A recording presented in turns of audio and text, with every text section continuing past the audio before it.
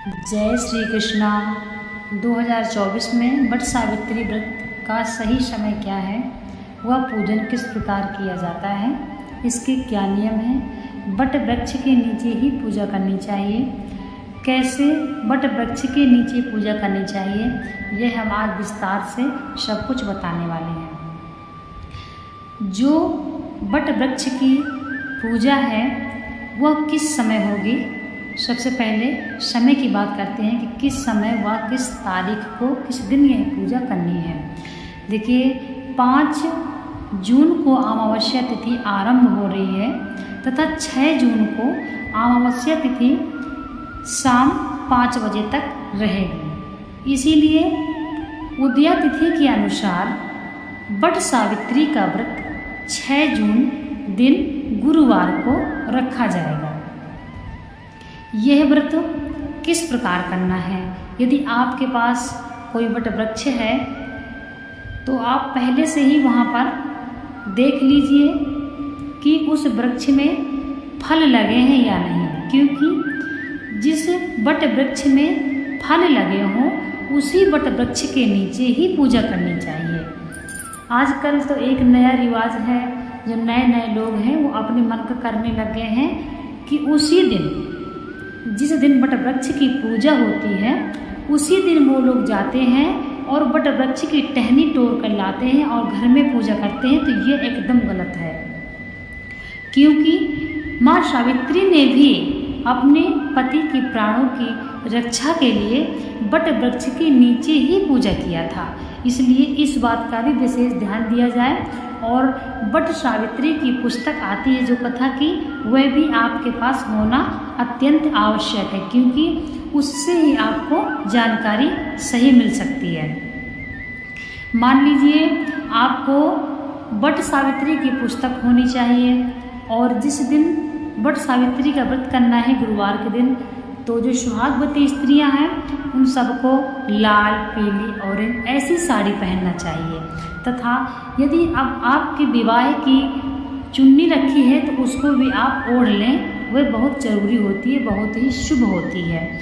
और क्या क्या सामग्री आपको पहले से ही रख लेनी चाहिए।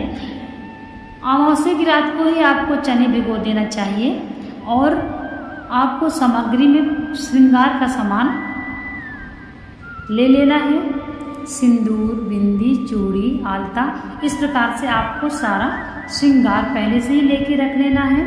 पूजन की जो भी सामग्री है, दिया, दीपक, घी, बतासे, पान, लौंग, इलायची, सिंदूर, चंदन, पुष्प, माला, फल, मिठाई, नारियल तथा कलश के लिए एक मिट्टी का बढ़िया सा पात्र ले लें और उसके ऊपर ढकने के लिए भी एक पात्र ले लें, क्योंकि वट वृक्ष के नीचे एक आपको शीतल ठंडे पानी से बढ़िया और उसमें गंगा जल मिक्स होना चाहिए, उसमें आपको कलश रखना है और वो कलश आपको वट वृक्ष के नीचे ही छोड़ करके आना है।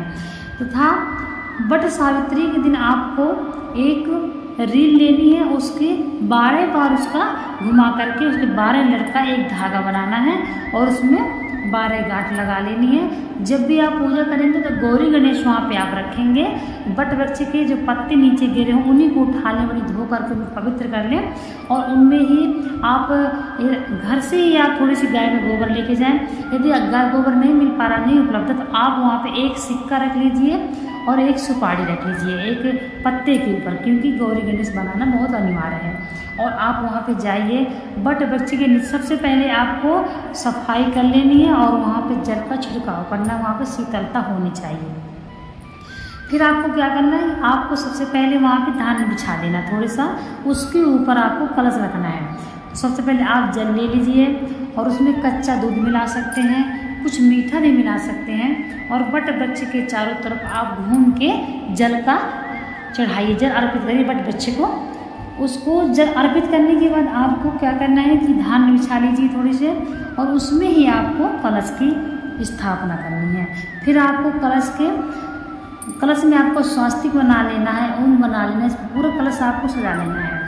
फिर आपको क्या करना है कि कलश में आपको जो गंगा जल मिला के जल भर देना है तथा उसमें चावल डालना है, सिक्का डालना है, सुपारी डालना है, क्योंकि बड़ भगवान की पूजा होती है कलश के अंदर। और लौंग डालना है, इलायची डालना है, थोड़ा सा मीठा डालना है। इस प्रकार से जो आप भिगो के चने तो चने डालने हैं, इस प्रकार से आपको सारा कलश के अंदर डालना है जल में। और फिर आपको कलश के अंदर पूजा करनी है। जल की पूजा होती है वरुण भगवान की, तो उसमें आपको सिंदूर चंदन छोड़ना है जल में ही, और आपको सब कुछ छोड़ के और उसमें दूर्वा डालना है कलश में। दूर्वा डाल करके आपको उसको ढक देना है कलश को। फिर आपको कलश के ऊपर पूजा करनी है। चंदन सिंदूर घी सब कुछ लगा करके आपको दीपक जलाना है। यदि आपके पास उपलब्ध है तो आप एक नारियल भी कलश के ऊपर रख लीजिए और घी का आप दीपक जलाइए। कलश की स्थापना की पूजना के बाद आपको गौरी गणेश की पूजा करनी है। गणेश भगवान को और गौरी माँ को स्नान कराइए, फिर उनको सिंदूर लगाइए, श्रृंगार अर्पित करिए, जनेऊ चढ़ाइए भगवान गणेश जी को, और मिठाई पान में आप रख लीजिए बतासे, लौंग, सिक्का, इलायची, और इस प्रकार से आप रख करके आप उनको अर्पित कर दीजिए। इसी प्रकार से आपको कलश में भी रखना है। और बट वृक्ष के चारों तरफ आपको उनको 4 बार जनेऊ पहना दीजिए तथा इसके पश्चात आप बट वृक्ष की भी पूजा करिए।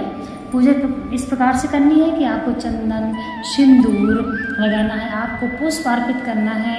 आप जो फल ले गए हैं, एक टोकरी में फल ले जाया जाता है। फलों में से केला हो गया, खरबूज का मतलब कि ऋतु फल जरूर लगता है, तो ऋतु फल के अनुसार आप खरबूजा ले जाइए, कि खरबूज इस टाइम पे ज़्यादा आ रहा है, इसलिए खरबूज ज़रूरी होता है इस पूजा में। तो आप खरबूजे ले जाइए, खरबूजा और केला आम जो भी आपके पास है आप ले जाइए और वहाँ पर रख दीजिए, भगवान के पास अर्पित कर दीजिए। और मेवे मिठाई जो भी आप ले जा रहे हैं वो भी आप रख दीजिए तथा आप पूजन आरंभ करिए। सारे पूजा करके आपको बट सावित्री की पुस्तक लोग जो ले गए हैं उसको भी आपको पूजा करना है। फिर आपको क्या करना है, आपको कथा पढ़नी है। कथा पढ़ के आपको आरती करनी है। आरती करके जो भी आप धूप ले रहे हैं धूप करनी है, धूप दीप सब करके सभी सुहागवती स्त्रियों को सुहाग देना है, सभी का आशीर्वाद प्राप्त करना है। और बट वृक्ष की परिक्रमा करनी है। परिक्रमा करने के बाद जब आप वहाँ से पूजा करके आप घर आएंगे तो आपको अपने पति के चरण छूने हैं, उनको तिलक करना है। उनको तिलक करके उन एक पंखा ले जाते हैं, जो कि एक पंखा वहाँ चढ़ता है बट में और एक पंखा आप घर लाएंगे, तो वह पंखा से आपके पति को थोड़ा हवा करा जाता है, शीतलता प्रदान होती है, कहते हैं आशीर्वाद होता है। और तिलक लगाएं, चरण स्पर्श करें, पति का आशीर्वाद लें और अपने सास ससुर अपने बड़े बुजुर्गों का भी आशीर्वाद लेना चाहिए। और इसी प्रकार से अपने जो है सास को भी कहते हैं वस्त्र वगैरह देना चाहिए, साड़ी देना चाहिए, माता पिता का आशीर्वाद लेना चाहिए। और पूजा अच्छी प्रकार से करके विधि विधान से करना चाहिए, संकल्प से करना चाहिए। बाकी की जानकारी आप बट सावित्री की जो पुस्तक है उससे भी आप समझ लीजिए। आइकन भी आपको घर से ही बना के ले जाना है। इस प्रकार से सारी जानकारी आपको बट सावित्री की पुस्तक में अच्छे से पहले समझ लेनी चाहिए।